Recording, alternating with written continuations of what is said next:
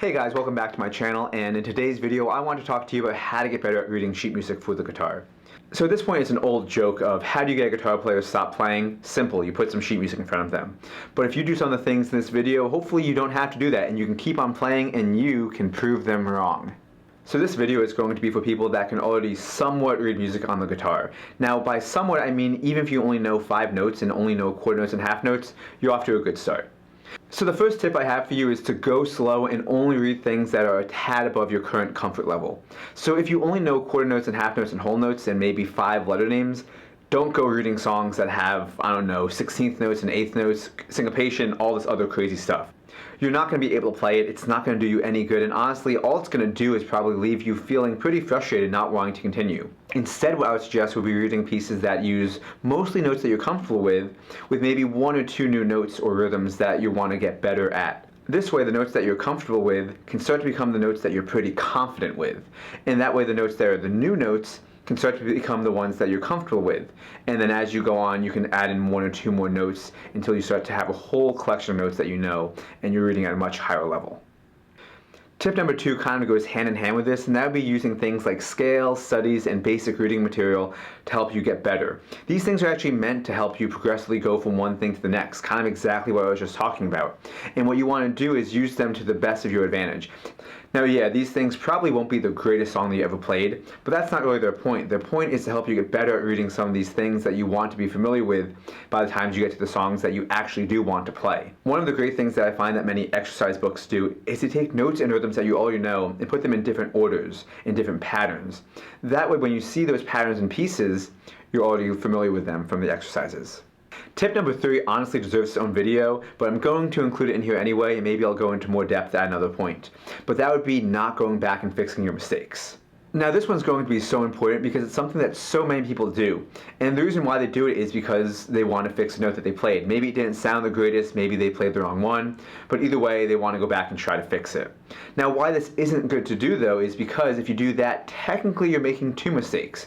You already played the wrong note, which there's nothing you can do about it at this point, but if you go back, now you're also playing every single rhythm after that note incorrect, at least in terms of where it should have been if you went all the way through from the beginning. So what I mean is if I'm playing a piece and I make a little mistake like this, the goal is to not stop and go back and try to fix it like I will in just a moment.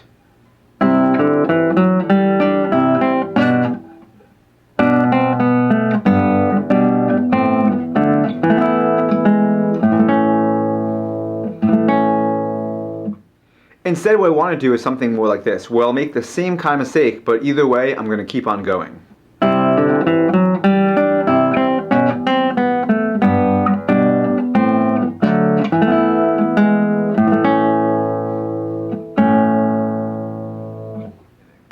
Now you can do this if you're trying to isolate a specific section in a piece, but other than that you do want to get in the habit of going forward, mostly because this is just a habit that you want to break in general, and trust me, everyone does it. Tip number 4 is something that I don't think any of my students like, and they don't like it because they say it's hard or they play better when they don't do it, but what I tell them is if it was easy, I wouldn't have them do it.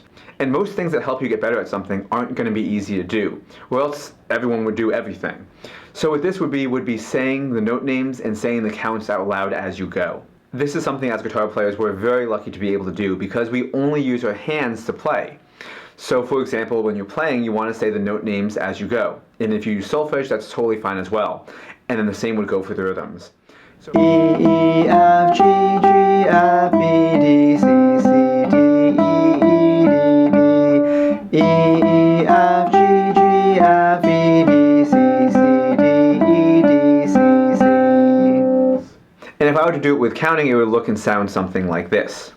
1, 2, and 3, and 1, 2, 3, 1, 2, and 3, and 1, 2, 3, 1, 2, and 3, and 1, 2, and 3, and 1, 2, and 3, and 1, 2, 3, 1, 2. Now this may seem silly and it may seem redundant, but trust me, it's going to help your reading out a lot if you do it in your practice daily.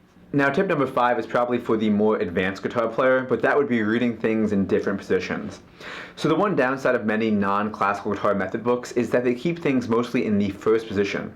And although you can do a lot of things down there, you do want to get better at being able to read higher up on the neck. How I would suggest you practicing this would be taking a simple song, something like Twinkle Twinkle Little Star, and seeing how many different positions you can play it in, while only staying in that position. If I did for Twinkle Twinkle Little Star, it would be something like this. So first I would do it in the open or the first position.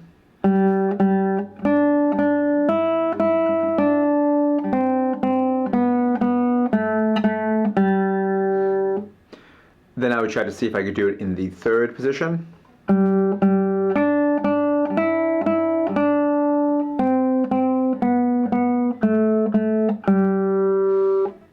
You have to leave it a little bit, but same idea. Then I would see if I could do it in the fifth position.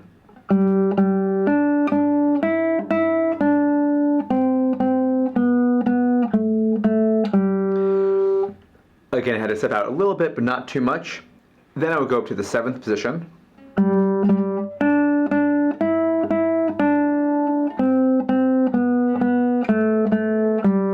That one works entirely. Then I would go up to the ninth position.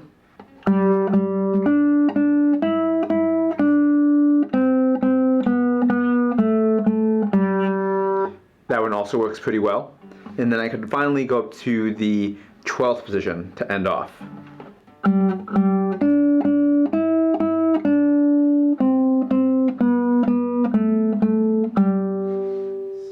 Tip number 6 is something that I would suggest for guitar players of all reading levels, and that would be reading non-guitar music, such as going out and reading violin music, going out and reading some flute music, even reading some piano music, but treble clef only. For example, you wouldn't want to go and start trying to read some viola music, because even though reading alto clef might be useful in some way, it's not going to help you that much as a guitar player trying to get better at reading guitar music. So the reason why this is so important is because many times in guitar music we have very guitar-like things. And although this is good because we do want to become good at reading these guitar-like things, it can get too comfortable, almost to a point where it's too easy. And if you want to push yourself to get out of this little easy spot, read music that doesn't do these things, such as music for other instruments. Finally, tip number 7 kind of sums all of this up, and that would be keep reading daily.